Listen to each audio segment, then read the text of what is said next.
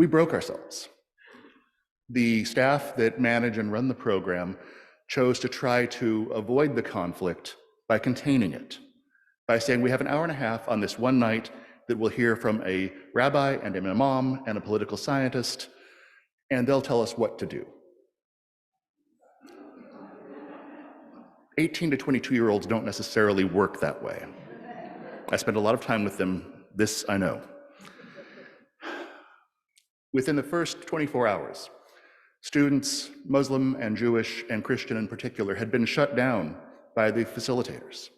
The mentors didn't step in the way we probably, definitely should have. At the end of the second day, the panel that was supposed to be at a mosque led by an imam and a rabbi and a political scientist was at a campus Jewish center led by a rabbi and a political scientist. The imam was committed but had a crisis come up, and yet the shifts were made. By the end of that hour, students were in tears, students were enraged. There was question of would we go on? Peace, what had been a fellowship that had been working together for several months now, we were broken.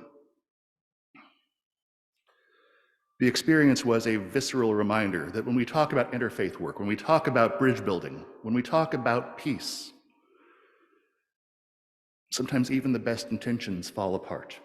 Peace isn't some nice ethereal cloud up there. It's the language that has been named here. It is the interfaith work. It's the intercultural work. It's the recognizing, as Minshutum was cited in the reflection earlier. It is that gritty day-to-day grind to be about making things better. With that background as to where I come from, and I'll circle back to this at the end, I want to invite us to weave together the hymn that we just sang that is such an important part, has become an important part of my own spiritual journey, with the scriptural texts as a way to help us navigate the kinds of broken spaces that I'm describing, not just the fellowship, but our world and everything in between,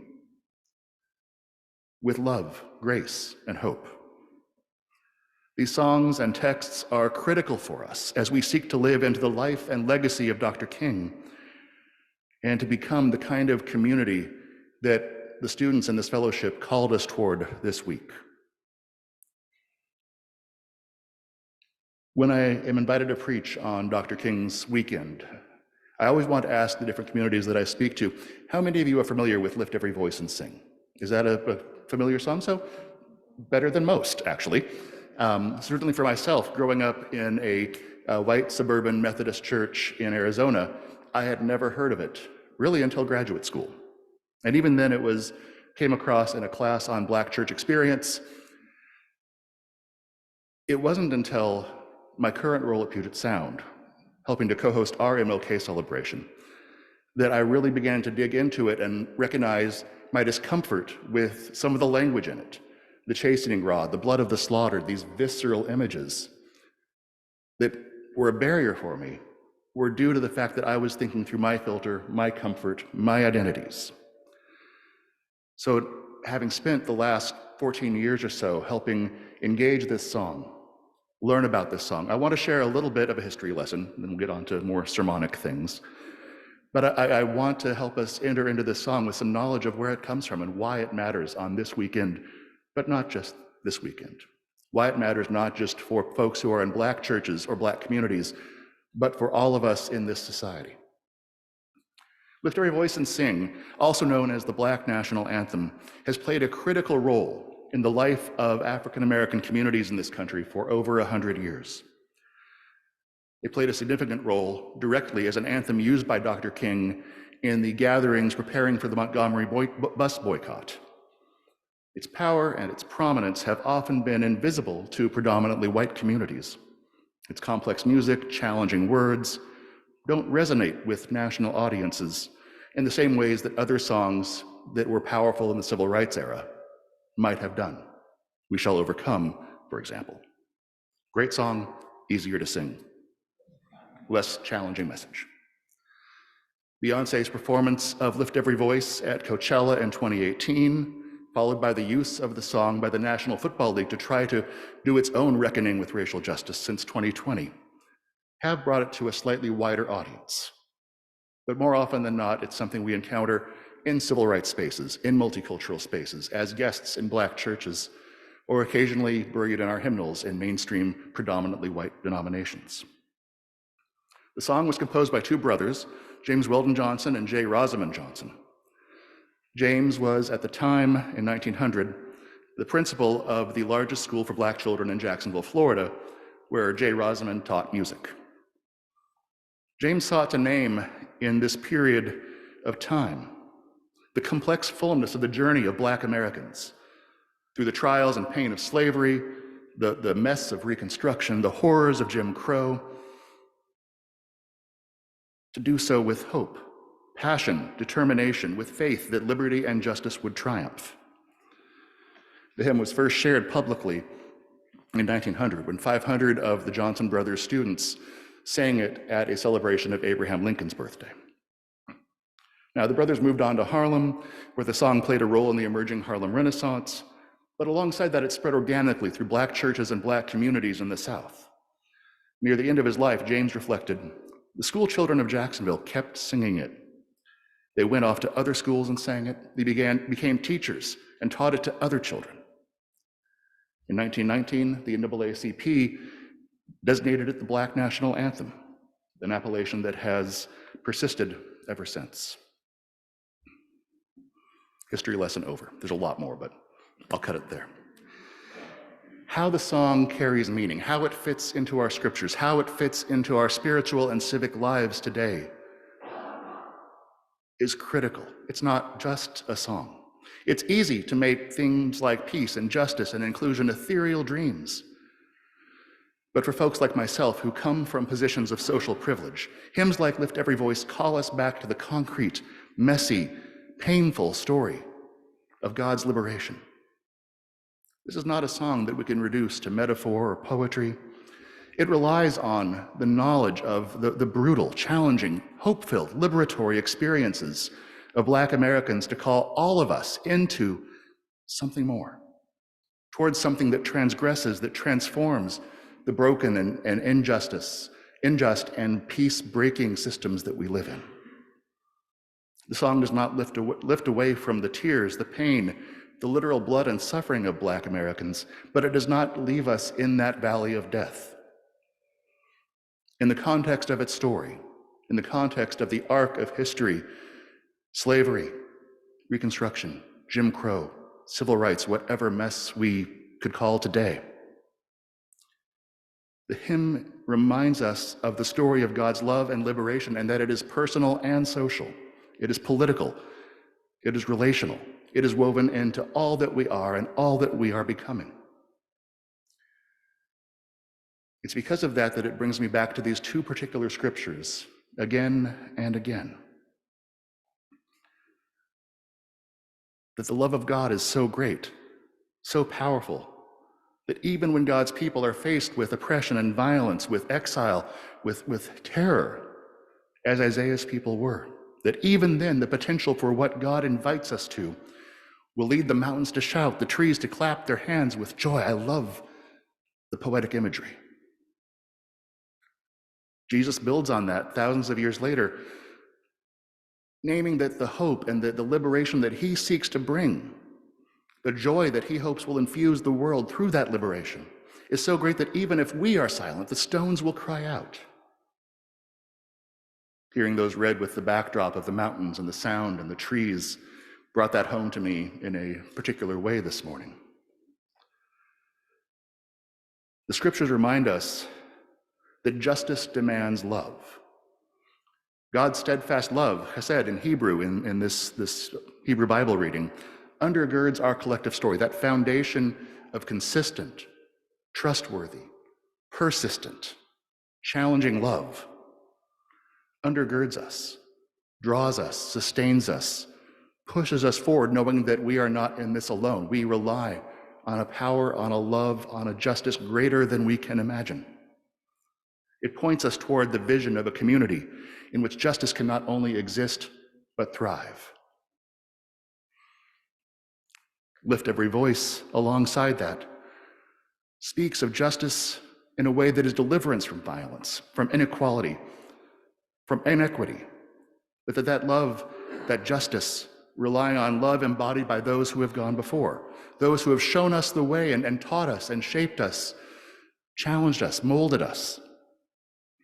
And the love of God who has been with us, who is with us in this moment, and who will be with us whatever we face as we seek to be faithful, to build justice, to dream of equity and inclusion and hope for all. The scriptures and the song also remind us that peace demands joy. In the hymn, real, tangible, and sacred peace demand joy. The song builds, the music itself tells that story. Joy is resolute, persistent, powerful, not shallow, feeling happy, but something resonant, something deep. The music draws us upwards, lift every voice. It is rejoicing that is at the heart of liberation, of racial justice, of queer inclusion and justice, of fighting against misogyny and bigotry in all of its forms. This is rejoicing at the heart of the vision of victory in this song, that despite all that has happened, all the centuries of slavery, of violence, of Jim Crow, as liberty is pursued, as hope is embodied in flesh and tears and hugs and love and handshakes around a church sanctuary, rejoicing will rise resounding as the rolling sea. The scriptures echo this beauty, this joy. God delights in those places where our work of creating the peaceable kingdom have tangible effects. The prophetic metaphors, trees clapping hands, mountains singing, stones crying out, all these embed the joy of human liberation in the possibility of peace, even when we're not there yet. Joy lifts us into a place where peace is possible, not because we can sit next to one another, but because the fullness, the love, the strength of our connections allow us to dream towards something more. Justice demands love. Peace demands joy. Love, justice, peace, joy. These weave us into a story of sacred hope, sacred liberation, beyond what any of us could dream alone. This is what I saw in the mess that we made in District of Columbia. Our students, despite the adults' so-called best efforts, revolted. They called us out. They challenged us. They recognized that the two staff leaders who were running this were both, as a rabbi and a pastor, white men in their 60s. Nothing wrong with that, but they were shutting down women of color in particular in their 20s. They challenged the gender dynamics. The fact that so much of the context took place in spaces that were safe for Jewish students led Jewish students to challenge the leadership, recognizing their comfort led to discomfort for the Muslim students who were in places with Israeli flags where they did not feel safe, especially our one Palestinian participant. And yet the students persisted. They shut us up, literally. They played Uno. They drank some wine. They sat up late talking.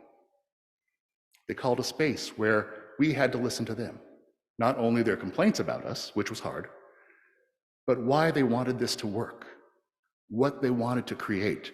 And it was not pretty and it was not easy.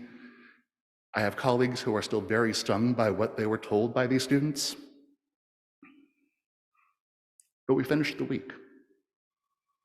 We finished in a space where there was still tension, where there was still deep disagreement about Israel and Palestine, about how to do interreligious work, about the role of authority figures and teachers versus students who are living this. All those power dynamics wove into a place where we didn't make it perfect, but it was okay because the students challenged us, lifted us, brought their life and their joy and their tears into a space to build something. Our last night, the group got to spend some time at the National Cathedral. It's a magnificent, towering Gothic construction full of incredible stained glass, the home of stunning music, complex American stories. For those that haven't been, it does in fact have a Darth Vader gargoyle. This tour was unlike any that I'd been on before. It was led by Reverend Leonard Hamlin, the cathedral's canon minister for equity and inclusion. Being a Black Baptist preacher who is a canon at an Episcopal cathedral is itself a complicated story. He is an amazing man. But descending, and this is the image and story that I want to leave us with, before descending to the crypt for evensong, our last stop was in front of the remarkable Canterbury pulpit, a tremendous, exquisitely carved, giant white edifice, a beautiful stone monument within a stone monument. In passing, Reverend Hamlin mentioned that this was the pulpit where Dr. King gave his last sermon before being assassinated. I had not known that for my previous trips to the cathedral. In that moment, I found my heart drawn towards the metaphor of today's texts, which I was already re-wrestling with. It was a mystical moment, a near lifting out of myself. The stone of that pulpit shouted to me, linking the legacy of Dr. King's life work, the hard, brutal, ultimately life-taking work to give life to so many others, linking that to the journey of our students trying to make peace in the mess that we created. The marble burst into song, echoing the steadfastness of God's love, present and sure even when we couldn't see it ourselves. If there had been trees, they would have been clapping their hands. I came back to myself pretty quickly. There were things to do. You and I may not be able to solve the war between Israel and Gaza and its foundational challenges that tie deeply into politics and religion and culture and ethnicity. There's only so much we can do to dream of what the future holds for eastern Ukraine. The plague of gun violence and mass shootings that increasingly define the norm of American life feels like an impossible hurdle. You could go on and on. There's no lack of places that need peace. There is so much that we cannot do. But in front of that pulpit, reflecting on the life of Dr. King, cut short so traumatically, reflecting on the work of my students, some close to me, some I'd never met before, to try to make a way where there couldn't be a way. I remembered that we can do more. We can be more, we can dream, we can resist, we can make peace. The students saw the sacred in each other and committed to seek love even when they didn't know how. They persisted even when it was tough. Justice and some kind of process seemed so far away. They found joy that walking in on them playing Uno in the hotel lobby at 2 o'clock in the morning, laughing together across lines that we are told shouldn't mix. The joy lifted them, lifted us towards the skies. And they embodied peace. They stuck with it. They showed us a way that we could do more, not to make everything better or pat us on the head, but to really dig into ourselves and our work and find a way. I close with a poem we encountered at that cathedral that night. American Song is written by poet laureate Elizabeth Alexander to interpret the removal of the last Confederate stained glass from the National Cathedral. It's part of that transcendent moment that I mentioned, that I described.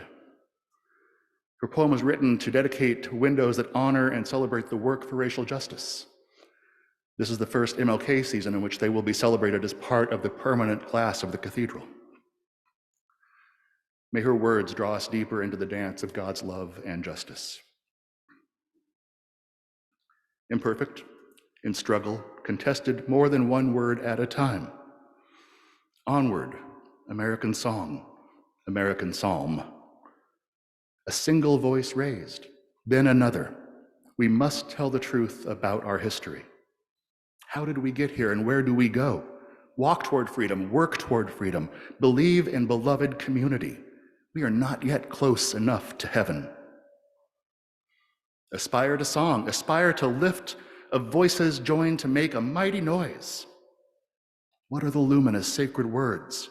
Courage, evolve, freedom, community, trust, truth, love, peace. Why, yes, agape.